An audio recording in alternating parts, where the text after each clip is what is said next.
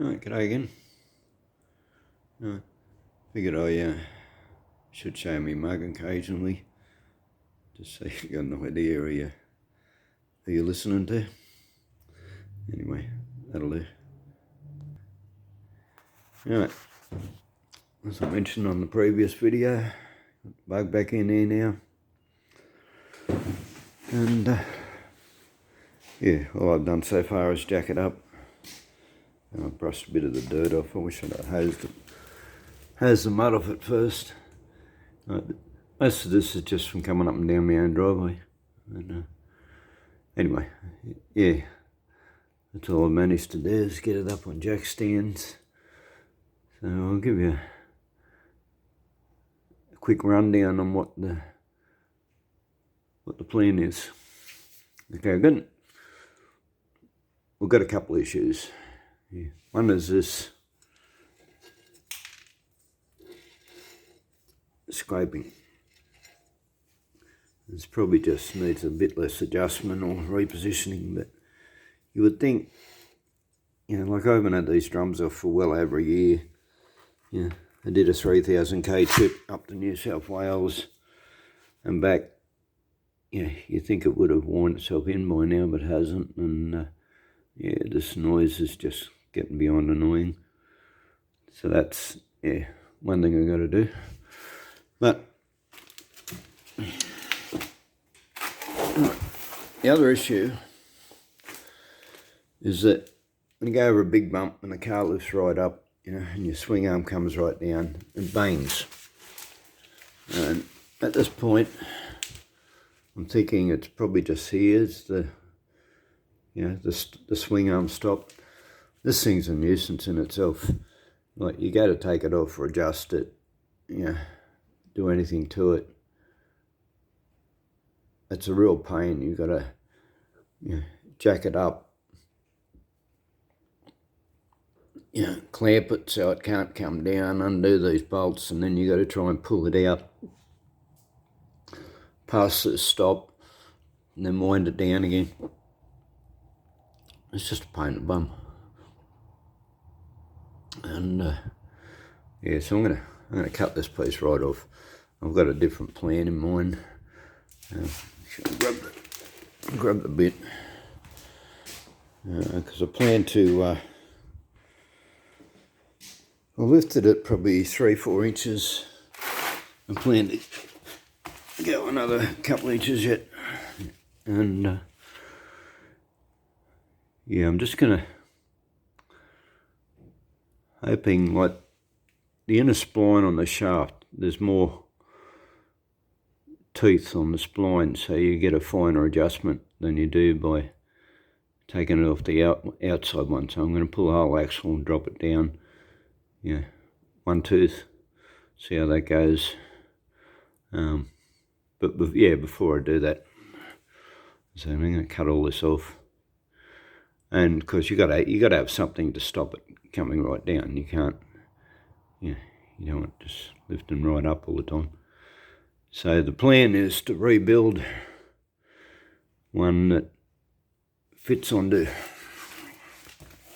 So if you look on the back, these have got dowel spacers on the back of it. I mean, they're actually, you know, attached to this plate, but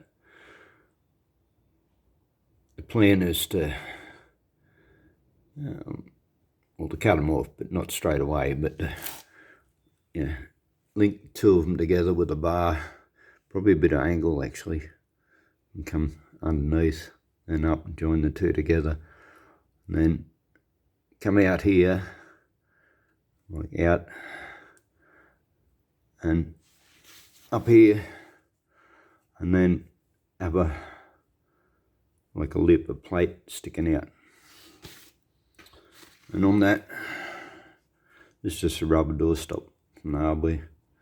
Have to obviously drill a hole through, put a bolt in it, but yeah, that will sit just somewhere there. And yeah, the idea is to make a plate that will attach to these two bolts. Yeah, come out, and yeah, when it's fully down, the plate will sit on top of the rubber. And yeah, for one, it won't be going bang bang anymore.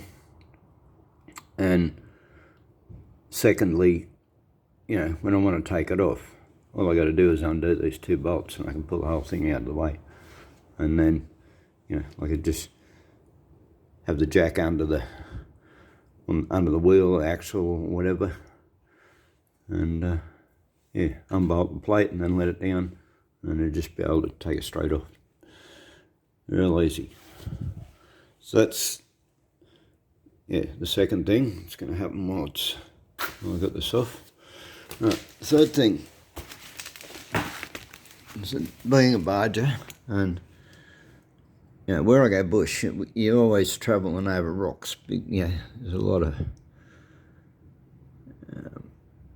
it's always rocky trails that I go on, and yeah, I've already been catching these shocky mounts.